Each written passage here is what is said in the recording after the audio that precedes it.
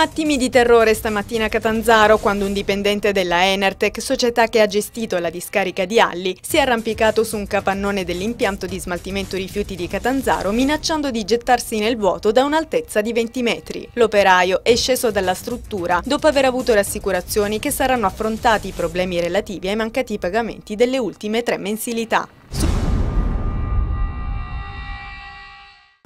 Un centinaio di lavoratori della Fondazione Betania ha manifestato questa mattina a Catanzaro davanti alla sede dell'assessorato regionale al lavoro. I dipendenti lamentano i ritardi nel pagamento degli stipendi e la crisi che sta portando verso la cassa integrazione che scatterà nei prossimi giorni. Una delegazione dei manifestanti è stata ricevuta dai dirigenti dell'assessorato che hanno garantito lo sblocco di alcune somme per il parziale pagamento degli arretrati. Ciò non è bastato ai manifestanti che hanno annunciato nuove forme di protesta.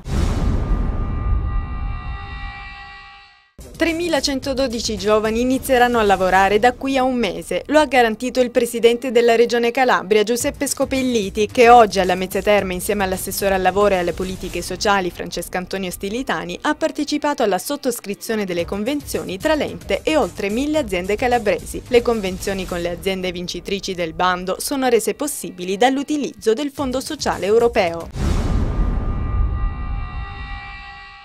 Dopo la chiusura del punto nascite dell'ospedale di San Giovanni in Fiore, il reparto di ginecologia funziona solo per le visite e le interruzioni di gravidanza. Don Emilio Salatino, parroco della chiesa di Santa Lucia, ha deciso così che ogni mercoledì, giorno dedicato agli aborti, per 52 secondi, fa suonare le campane a morto per dare un segnale di preghiera a chi non partecipa alle celebrazioni quotidiane per tutti quei bambini che non sono stati fatti nascere.